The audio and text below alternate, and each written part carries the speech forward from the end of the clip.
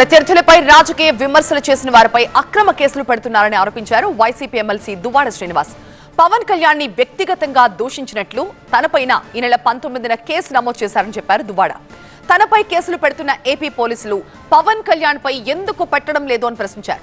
గతంలో ఇదే పవన్ కళ్యాణ్ జనసేన అధ్యక్షుడిగా ఉండి మంత్రులతో పాటు సీఎం పైన కూడా అనుచిత వ్యాఖ్యలు చేసిన విషయాన్ని ఆయన గుర్తు చేశారు. విచిత్రం ఏంటంటే పవన్ కళ్యాణ్ని నేను తిట్టానంట, పవన్ కళ్యాణ్కి చెప్పు చూపించానంట. నిజమే, చెప్పు చూపించాను, నేనేం అబద్ధం అట్లా. అది మీడియాలో సర్క్యులేట్ అయింది. కిరణ్ కుమార్ గారు ఒక్క రూపాయి కూడా పెట్టుబడి లేకుండా యోగా బిజినెస్ చేస్తూ నెలకి 1,00,000 సంపాదిస్తూ ఉన్నారు. మీరు వారి నుండి ఈ బిజినెస్ గురించి నేర్చుకోవాలా? ఫ్రీడమ్ యాప్ ని డౌన్లోడ్ చేసుకోండి.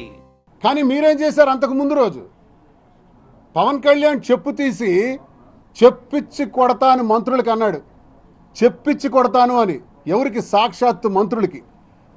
అంతేకాదు, ముఖ్యమంత్రి గారు జగన్మోహన్ రెడ్డి గారిని ఉద్దేశించి నువ్వెంత, నీ బ్రతికెంత అన్నాడు. వైసీపీ నా కొడకల్లారా అన్నాడు. వైసీపీ నా కొడుకులు చెయ్యికంతే దూరంలో వస్తే నాకౌట్ చేసి పడేస్తానన్నాడు. ఏం చూస్తూ ఊరుకుంటాననుకుంటున్నారా?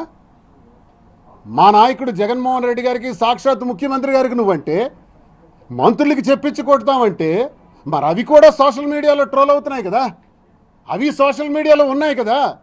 మరి పవన్ కళ్యాణ్ మీద కేసు కట్టరా?